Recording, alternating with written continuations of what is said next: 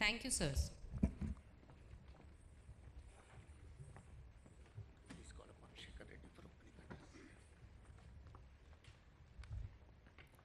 May I now call upon Sri Shekar Reddy Garu for the welcome address.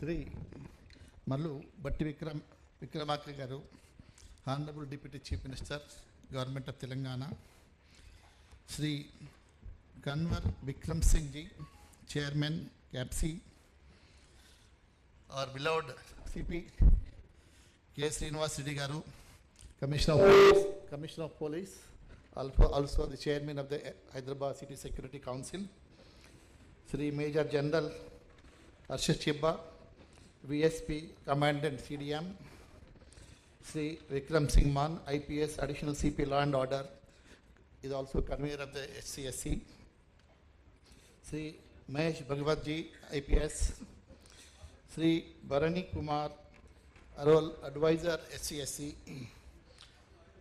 Sri Lieutenant Colonel K.S. Rao, Joint Secretary Physical Security Forum, Sri Ashok Kumar, DCP2 Traffic, Convener Physical Security Forum, Sri Bhaskar Reddy Garu, PC member and also President APSA. My all Joint Secretary colleagues here and also conveners of different forums, EC members, friends from industry, NGOs, speakers, electronic and print media, good morning to all of you. So with the benefit of our chief guest, sir, earlier, keeping in the sensitive area of Hyderabad, there was a Society for Cyber Security forum. It was constituted a decade back by Bharani and his friends. It was become a good model. In fact, I was told global, from the representatives from the global level have visited that and appreciated in a big way.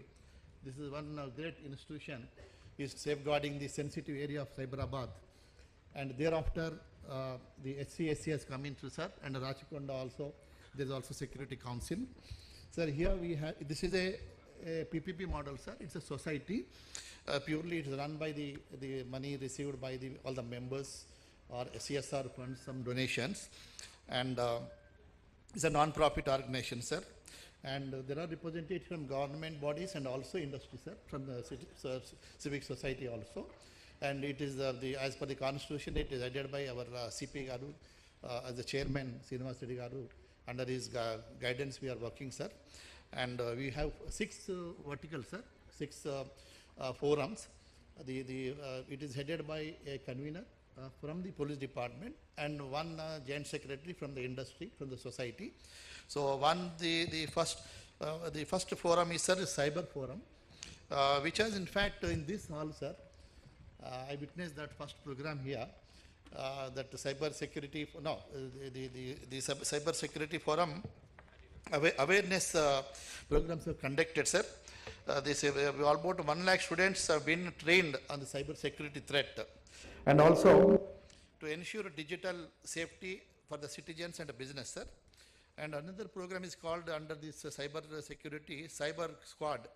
About 25 schools consisting about 30,000 the beneficiaries that benefited out of our training. And we also second forum is called Women's Forum, sir, Women's Safety Forum. We do a lot of awareness programs. So good touch, bad touch, particularly schools, young children, lady children. So about 15,000 students were trained under this, sir. And another thing is the Prevention of Sexual Harassment Act, this post training, about 2,000 women employees and also the ICC members have been trained under this, sir. And traffic forum, the third one, VCOP, about in 60 schools, about 10,000 students were, the awareness programs are conducted, sir. But this for the drivers and auto drivers and cabs, the sensitization program offered in 20 sessions, consisting about 750 drivers, sir. And anti-narcotics forum, on this forum has done extremely good show, which is just now the CP was also referring. More than 1,000 principals were invited here, and this anti-narcotics drugs regarding, and that function was done very well in a big way, and the importance of that, the drugs, anti-drugs, it was shown in a through a good place, sir, by the artist. It was really good. And after this anti-narcotics awareness program, I think government has realized, and the education department has issued guidelines and formed a committee, Prahari club, sir, in all the schools, which is one of the success of HCSC, or the outcome of the HCFC activities, sir. Then we have also CSR forum, sir. We identify the projects and implement. And during the COVID, sir, we have through SCSC we have done isolation centers and also COVID care hospitals for the police personnel, sir. This is also one of the good achievement. Almost 350 sessions across the schools, colleges and corporate companies have been done by the HCSC for the last 4 years, sir. And sir, you are also aiming big on the net zero city or future city. You need also, depending on this very important AI, artificial intelligence or data centers or the life sciences, so many sophisticated companies are going to come. And I'm fortunate and we are grateful to you, sir, because of your efforts. Yesterday, I have seen a paper that NIMS at Hyderabad is also sanctioned by Government of India. There also big investments are going to come. So definitely we need to look at the private security. Sir, after defense and police, these are the people, the private security, 24/7 into 365 days. They are safeguarding all the sensitive areas of the government establishment and R&D and data centers and IT companies. So they are playing a very important role. And if you need, if you are looking for the future investment in sensitive areas and your future city also, definitely we have to upgrade ourselves for today's security. That is the reason. And we have called, we are conducting this, organizing this National Physical Security Summit 2024, and the theme is evolutionary aspects of physical security in digital area. So we have our CP has identified this is important thing, and our Joint Secretary Colonel also worked hard along with our Bhaskar Reddy Garu. He is the president of the APSA. So he has taken a lot of pain. So as a result, this is happening, sir, and we have invited many experts, policy makers, to give this as the speakers, so that whatever the proceedings are going to come, that will be really help in the strengthening our physical security in the country and the state also, sir. So I thank the APSA and their entire members and our EC members, our CP Garu and all conveners for allowing us to do this. And under your leadership, sir, definitely we will be the best. Like Cyber Security Council is known across the globe, and we are also shellfish. HCSC should be also known globally very shortly under the leadership of our CP Garu. That is our view. Definitely we are going to multiply our activities, sir, many folds, and also we need your government support so that we can reach everywhere, not only Hyderabad, across the state, and try to the safe and secure city means the international global investment will fall into Hyderabad. We have a brand Hyderabad very, very strong, and with this outcome also, whatever the recommendations are there, we will implement. That will enhance the brand Hyderabad. Thank you very much.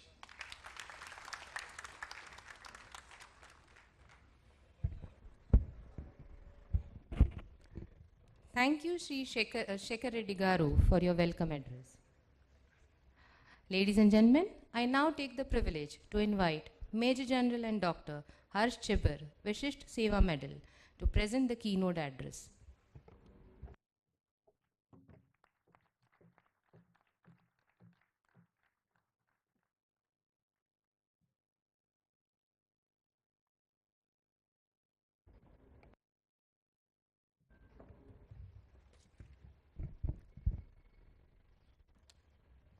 Good morning, everyone. Namaskar. Honorable Chief Guest, distinguished panelists, ladies and gentlemen. It's indeed an honor for me to stand here today and address this distinguished assembly on a very relevant topic which we are going to deliberate today, and that is evolutionary aspects of physical security in digital era. My compliments to the organizers for assembling such a diverse group, and as you have seen in one of the panel which has already discussed the issue here, and the practitioners, the policy makers, putting them all together in one platform, I think it is a big achievement, and my compliments to the organizer for looking at this aspect, which is a prime concern, which is safety and security of our citizens. In the history of evolution of mankind, physical security has been a prime concern, besides food and water. And this has been, in fact, defined as the lowest necessity in the human behavior as defined by Maslow, as many of you would be aware, and that is a very accepted kind of a theory. So without a physical security component, human existence itself becomes a challenge. And if you see our evolution of the species, Homo sapiens huddled together to make large groups because they wanted to get physical security against other species, the dinosaurs, the lions, and the things like that. And as the groups became large, the threat became from within the society, from within the group, because of the contents within these factions. And then emerged the necessity of social laws. And these social laws, when came up, the group of people who were abiding by a similar type of social laws laid the foundation of the nation states. So that is the nation state structure in the world today which exists. And the foundation, as I have said, is an evolutionary process, has been a basic requirement of physical security apart from food and water. The paradigm of security study or security, physical security has been our prime concern to protect people, to protect infrastructure, to protect the assets. And as the domain is changing fast, it is utmost important for us that this structure also evolves to the changing requirement, and that's why this present seminar. I took a very cursory study of the open source intelligence data, and it shows that in 2023, Telangana state has recorded 213,121 cases of crime. Also a disclaimer here, that doesn't mean that crime has increased or decreased. Probably it has got reported in a larger number, and it shows about 9% increase as compared to the last year. Another thing which the data throws up is that there is 18% increase in cyber crimes. And in the previous panel discussion, that also emerged. It also says that crime against women have increased 5%. But more important finding here is that 50% of those crimes are related to dowry. So probably that is the social ill we need to target to control the crime. So what I'm going to do today is my attempt is to, just narrate 3 stories and leave you with the 3 pointers or 3 suggestions which the panel of experts can, deliberate further as we go ahead. My first story is the stories of Jaigis. Plato, when he was writing part 2 of the Republic, he tried to explain human behavior through this story of Jaigis. And he says a shepherd whose name was Jaigis found a ring, and that ring made him invisible. So this shepherd, when he got this profound capability, did not indulge in any social good. What he did, he seduced the queen, he killed the king, he stole the treasury. And with this, Plato describes the primordial human behavior, and that is selfish motive, right? So why I'm trying to say that, if that is the behavioral aspect of crime that we need to address, let's start to understand it first. In Arthashastra, it starts with Matsya Nyaya. Matsya means fish, Nyaya, justice. And it says big fish eats small fish. And that's why Kautilya says importance of dand. The fear of punishment, fear of punishment will stop selfish interest to be prime. So if this is the construct, if this is the background in which social laws have to be made, then how do we deter malicious behavior unless there is a fear of punishment and also certainty of getting caught or very high probability of getting caught? If that is removed, if the ring of Jaigis is given to any good citizen today, if invisibility is provided, the human nature will guide him towards selfish interest, human nature will guide him towards crime. So therefore, how can we reduce? So first, let's attempt to get over invisibility. Technology enables today. The previous panel, one speaker said you can't put CCTV cameras everywhere. I understand that. But as long as there are some policies, there are some laws, bylaws of the societies, building construction laws, which necessitate that each public place, as far as it is allowed within public privacy laws, will be monitored. It will be monitored through a system, through of CCTV cameras, but will that be enough? No, obviously you will require another layer, and that layer would be how to monitor it. And that monitoring humanly may be impossible. So probably an artificial intelligence component, a system of raising the alarm. I took a break in between and I went and saw this integrated command and control center in this building.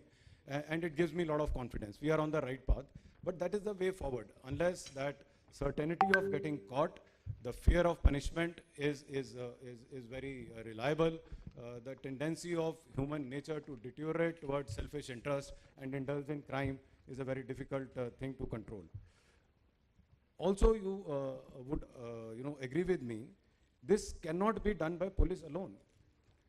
UN says that, and I don't know what is the basis of their figure, but they say that you require 450 policemen per 1 lakh of population to have a stable law and order control. That in case of India is 220, and this my data I have taken out from one response which was given in the parliament last year. In state of Telangana, the sanctioned strength is about 196 per lakh, and I think holding is 150 or something. The problem is this kind of a police force is an unviable kind of an option to create, to sustain, to maintain. So how do you address this? How do you address this concern of creating such a large body? And for this I quote the second story, and it is actually not a story, it is my experience. In 2018, I went to Israel, to Tel Aviv as part of a government delegation, and the mayor was explaining to us what are the challenges of security which they face. And he challenged us. He said, you keep any article unattended anywhere in Tel Aviv. If it does not get reported within 10 minutes, I will give away my position. So that is the kind of public awareness they have built in that society. Is there a requirement for us to do so? Definitely. The additional commissioner of police pointed to that public participation, mass participation is a must, and we should look towards that. We should look towards not only the participation, also enablement. So he should be aware. He should also have a process in which this can be followed, or one another indicator I can give you, again my experience of Israel. They have one organization known as Megan David Adam. This is an organization of about 10,000 volunteers. These volunteers are mapped, they are networked, and their responsibilities of being first responder. So they are, the moment they get any incident report, the nearest volunteer is informed, he reaches the spot, and then he takes on a decision because he is trained to do so, whether ambulance is required or blood is to be called for or police force is required, and then that is how they monitor a system. So they have got public participation at a very large scale. So my second suggestion is we need to do this important factor in our structural, addressing the crime or social stability. How can we do so? One suggestion I can throw up is we have one organization known as National Cadet Corps. This came up in 1948 through an act of a parliament, and you must, all of us, you must have come across this in your schools and colleges. And this organization can actually lead or can be a pathfinder, integrate them in public education, integrate them in being first responder. And even if those children or youth who are not part of this organization, give them some incentive, give a process of giving a badge of being volunteer for, participating in reporting of crime, or being a volunteer to be a first responder. In our education system, give some credit for being volunteer here so that he has an incentive, and probably when it goes for higher education, some kind of a, additional advantage of having done such kind of social service. So public participation is my next point. Also, apart from public participation, and this also it was played up in the last session, we need to involve private security in a very, very large manner. For that, are enough, laws and procedures and guidelines are in place? I'm not sure. I'm not expert on the subject, but I could gather that there is an effort being put in that direction. We need to create a structure where this force gets integrated with a mainstream police force in guarding or safeguarding our citizens. My third and last story is from a book called Freakonomics. And I'm happy this, one reference of New York City came in the previous panel. But it was really alarming in USA in the early 90s. Crime rate was so high that Bill Clinton in 1995 made a public statement. He said, I am worried that the future presidents will not be finding any time to look at growth and prosperity. Their entire energies will get absorbed in keeping body and soul together in the citizen. It was that alarming a rate. But in 1996, the crime rate started falling. Some indicator was given by ADCP, probably some good policing practices, but there is no logical reasoning of why the crime rate started falling. And there was no substantial increase in the police force, there was no substantial increase in the conviction rate, but the 1996 onwards, the crime rate fell to the extent in New York City in 1995, there were 2,000 murder cases. By 2005, they reduced to only 500. So Stephen Levitt, the author of this book, Freakonomics, very interesting book, he attributes to this to something which happened 20 years earlier in 1973, a Supreme Court judgment in Roe and Jade case. Roe was a 21-year-old young girl. She was alcoholic, drug addict, destitute, and she wanted to get abortion done, which was illegal that time. And she already had 2 children which she had put for adoption, and this was the 3rd pregnancy. But this was not permitted, and Jade was the state attorney. Finally, in 1973, Supreme Court gave the judgment and legalized abortion.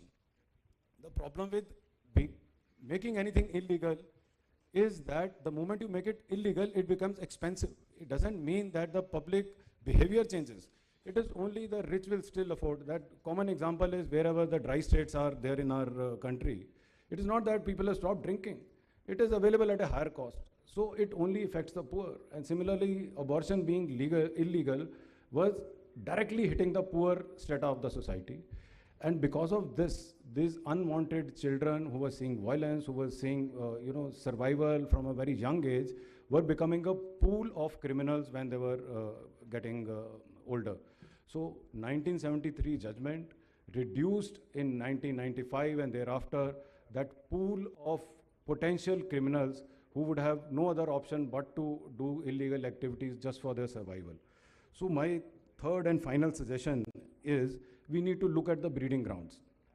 I was having a look at National Crime Bureau data. I think that data is not very granular. We need to see what is the area of concern. Our mind straight away goes to the solution, but let's understand the problem first. Who is the maximum proportion of this? What is the demographic composition of the criminals? And let's see if we can address that. And that is a social change. So it will be very gradual. There is no immediate solution. That gradual change in terms of schooling, in terms of moral education, improving standard of government schools, women empowerment, NGOs promotion where they can go and look after, take care of this economically marginalized society will give you dividend in the long term, but then you are addressing probably the genesis of the problem where it is erupting from. In the end, I am again thankful to Colonel Rao and all the organizers for organizing this very relevant and very current subject seminar on this very relevant subject. This physical security challenges are being faced by our society. I have no doubt that by such initiatives and strong political will, Hyderabad can present actually a physical security role model. Hyderabad did this same role in 90s to lead the IT revolution. I think Hyderabad can do it again now to lead the physical security revolution in the digital era. And I am certain with such public participation, soon Hyderabad model will start getting quoted as London's Ring of Steel or Lower Manhattan, Security Initiative (LMSI), and it will set a global standard for others to follow. As we look to the future, let's commit ourselves to building a security framework that is dynamic, resilient, as the challenges we face are also resilient and dynamic. At the College of Defense Management, which I represent, we specialize in management studies and techniques of operations research with big data analytics. We shall be happy to engage with the state government in undertaking a proposed study to suggest a blueprint for Hyderabad transformation into a state of secure world-class city. This journey of making Hyderabad a secure hub and island of excellence with a very profound vision, collaboration, and relentless commitment to innovation, creative thinking is a very interesting journey, and we are happy that we are in some way part of this journey. Thank you very much, everyone. I wish very fruitful discussions in balance of the sessions, and I'm sure that some insights will come. Some insights already, they were actually new to me when I heard the previous session, and I'm also very sanguine that we will throw up a way ahead where to move forward here onwards. Jai Hind.